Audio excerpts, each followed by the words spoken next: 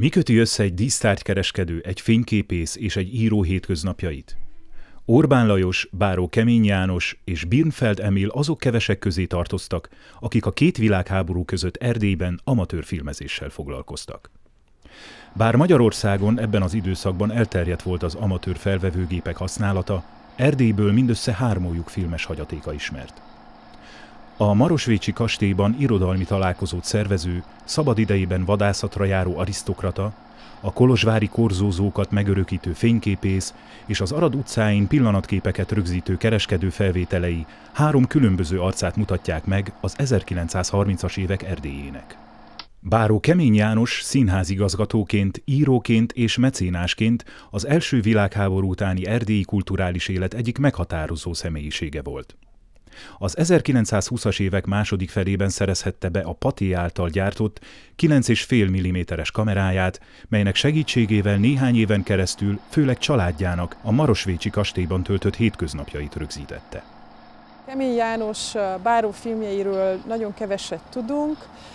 Kalandos élettörténetük lehetett. A 90-es években egy magyarországi dokumentumfilmrendező, Cigány Zoltán találta meg Párizsban egy kukában, és hát neki köszönhetjük valójában, hogy bekerült egy minimálisan is a köztudatba a létezésük. Azonban maga az a tény, hogy egy arisztokrata filmezett, egy különleges dolognak tekinthető, mert hogy a fényképezés és filmezés nem igazán az arisztokraták szokása volt, sokkal inkább a polgároké, akik a munka után a szabadidejükben valami új, valami modern, vagy művészettel, műveltséggel kapcsolatos dolgot akartak űzni. És hát a főúri társaság inkább valakit megbízott a hasonló dolgokkal, tehát a fotósokat felfogadták. Tehát ritkán voltak kitartó amatőrök fotózásban is, meg filmezésben is, és ebben a két világháború közötti időszakban fellazultak ezek a szokások, tehát Kemény János eleve egy ilyen humanistább arisztokrata volt, és nagyon érdekes, hogy fogékony volt a filmre is, amelyik amatőr filmformátumként, vagy amatőrök számára elérhető technikaként az 1920-as években kezdett megjelenni. Tehát a kamera, amelyiket ő használt, az egy francia gyártmányú kamera volt, a Pathé Baby, amelyik 9,5 mm-es, egy ma már elég ritkaságnak számító filmszalagra filmezett, és hát hogy ezt a Pathé Babyt 1923 körül dobták a piacra, ebből valószínűsíthető, hogy ez után kezdte el használni ezt a filmezőgépet. Az erdélyi irodalomtörténet szempontjából is értékesek azok a részletek, amelyek a Kemény János által szervezett Helikon munkaközösség 1936-os marosvécsi találkozóját örökítik meg. Felismertük Kemény Jánost, Bánffy Miklóst, Tamási Áront, Dzsida Jenőt, Járosi Andort, Kacsó Sándort, Kis Jenőt, Kós Károlyt, Kovács Lászlót, Maksai Albertet, Molter Károlyt, Szántó Györgyöt és Tavaszi Sándort, akik beszélgetnek és ballagnak a kastély parkjának kanyargó, kavicsos útjain, az ülések szünetében vagy azok végeztével. Tamási Kóssal társalog, Molter Károly a köré állt írók karéját nevetteti meg. Bánffy Miklós a házasszonyával, Patton Augusztával beszélget, Kemény János egy fényképezőgépet vesz át, Kis Jenő a találkozó jegyzőkönyvét írja az egyik fatörzséhez állított asztalon. Tavaszi Sándor és Dzsida Jenő olyan bölcsen és derűsen járnak a hatalmas fák alatt, akár egy Dzsida vers alakjai. Kemény János alig 23 éves, amikor meghívja azt a 27 erdélyi írót, aki az alapító tagok közé tartozik. 44-ben már 5-en vannak ezek a helikonisták, és ő az, aki minden évben, egészen 39-ig a háború kitöréséig a Marosvécsi kastélyban, majd utána 42 kivételével a kolozsvári lakásán fogadja az írókat. És pénzügyi alapot biztosít az összes kezdeményezésnek. Mindenképpen meg kell említeni az Erdélyi Helikon című folyóiratot, ami ennek az írói csoportosulásnak a fóruma lesz. Elsősorban azért voltak fontosak, mert 20 után nem volt az erdélyi irodalomban egy szervezett írócsoport, amely az erdélyi írók, költők irodalomügyét felvállalta volna, és 26-tól 44-ig ez az évente találkozó, ám nem jegyzett, nem egy szervezett, hivatalosan bejegyzett írótalálkozó, ami évente mégis összeült Marosvécsen, megbeszélte azokat az irodalmi kérdéseket, amelyek aktuálisak voltak az erdélyi magyar irodalomban, így például elég hangsúlyos volt a német, szász, román írókkal való együttműködésük, illetve olyan pénzügyi alapot biztosítottak az íróknak, amely addig elképzelhetetlen volt. Egységbe szervezte az írókat, noha szándékuk szerint nem szerettek volna az erdélyi magyar irodalom összességének a képviselői lenni. Kemény János előszeretettel filmezte családjának a marosvécsi kastélyban töltött hétköznapjait, de szívesen készített felvételeket a kastély környékéről, filmezett kirándulások, vadászatok alkalmával is. A témái azok nagyon változatosak, tehát a szószoros értelmében családi felvételekből van a legtöbb, tehát olyan felvételek, amelyeken a gyerekek láthatók, vagy saját az erdélyi arisztokrácia vadászat közben, tehát az egy ilyen úri szórakozás, amelyik egy kicsit családi eseménynek is számított ebben a közegben. Van egy pár olyan felvétel, amelyik kicsit az egzotikum fele érdeklődik, például lefilmezte a cigánysort a marosvécsi kastély körül, ilyen távolról megfigyeli, hogy az ilyen nomád cigánycsalád hogyan vezeti a mindennapjait, és hát ezek a trófeák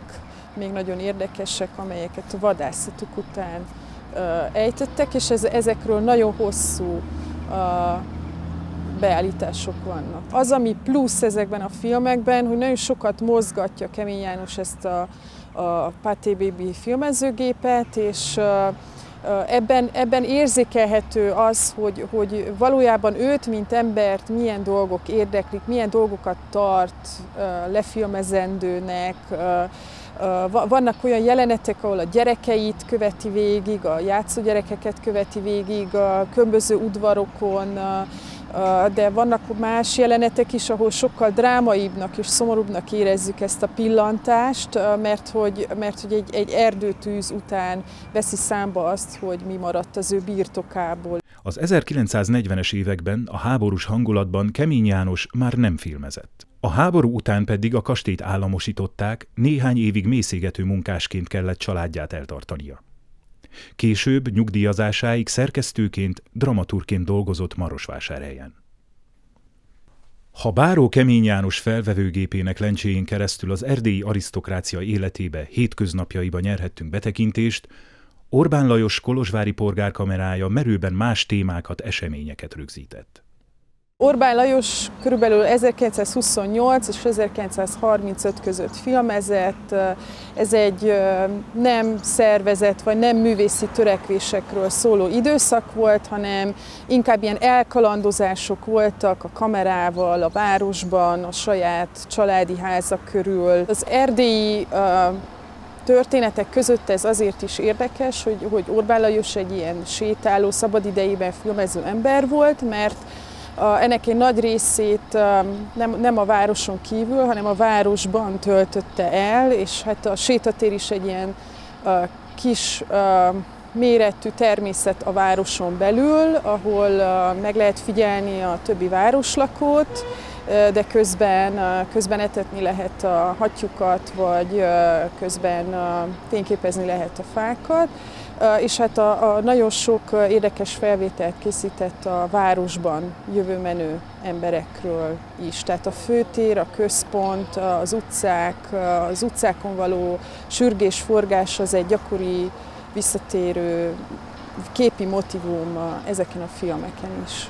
Orbán Lajos belecsöppent valójában egy képeslapgyártó cégnek és kiskereskedésnek a körforgásába, ahol hozzáférhetett talán az egyetlen Kodak kamerához, amellyel 16 mm-es filmet lehetett forgatni 1927-től, de Kolozsváron körülbelül 28-ban jelenhetett ez meg.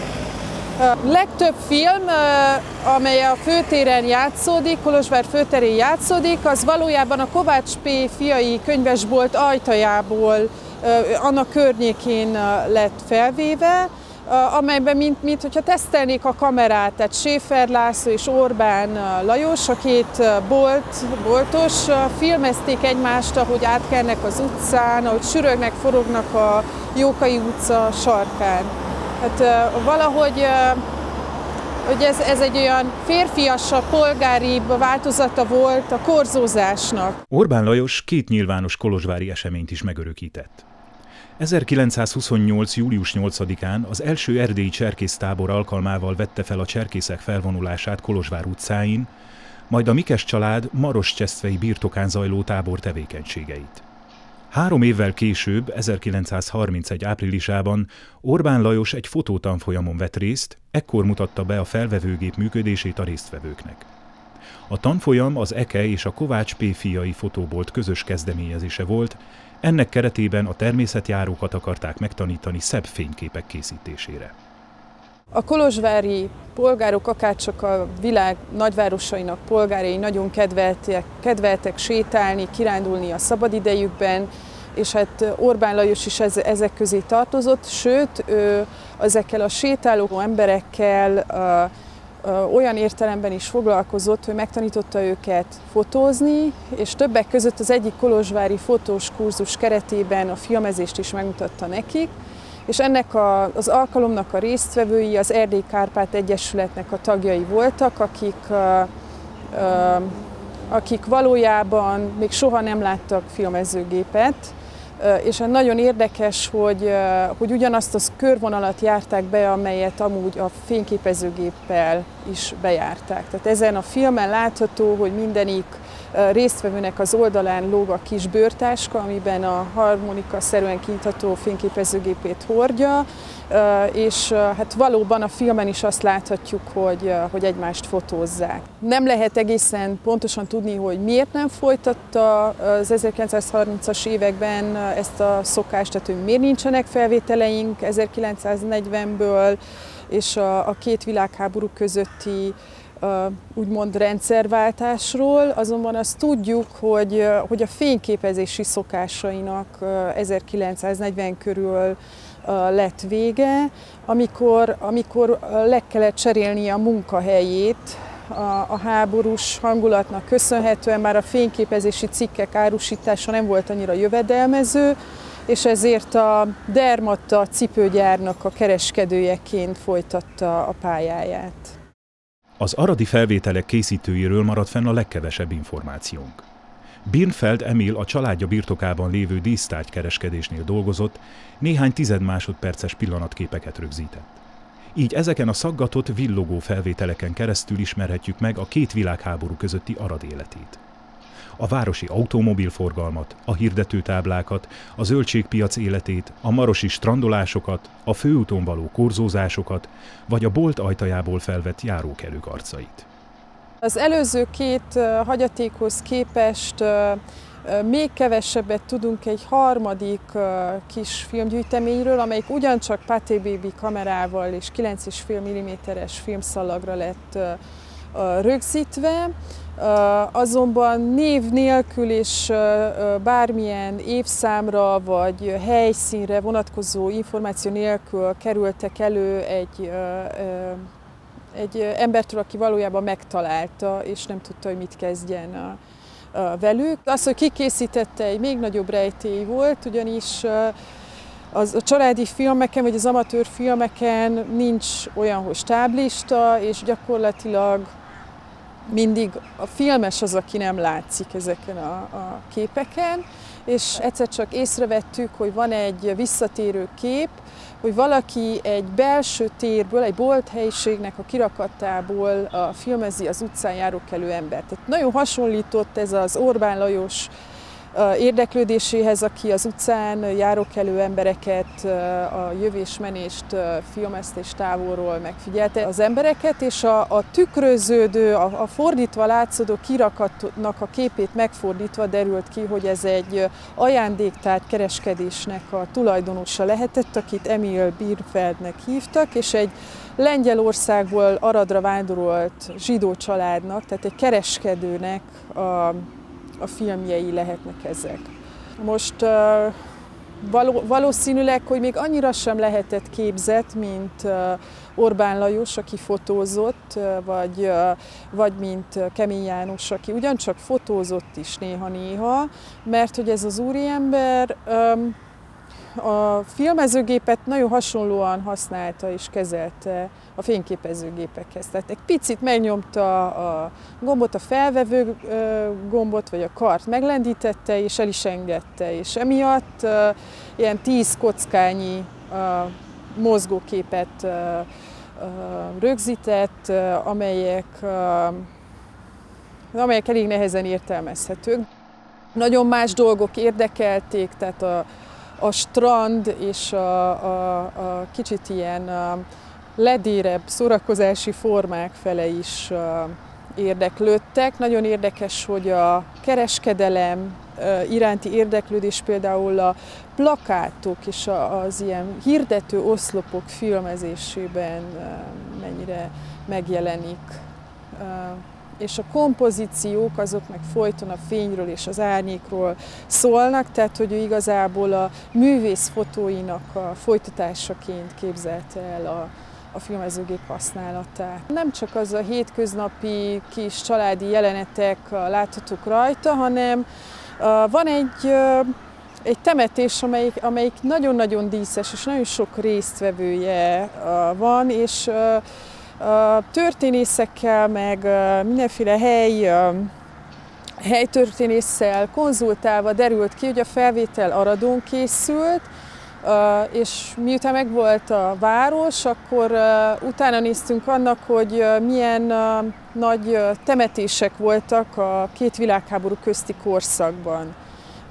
És így derült ki, hogy ez Ciccio Pop nevű úriembernek a temetése, aki valójában a román egyesülésnek az egyik kulcsfigurája volt, és azért viszik ágyútalpon a koporsót és a koszorúkat, mert igazából a legnagyobb állami tiszteletet akarták neki megadni.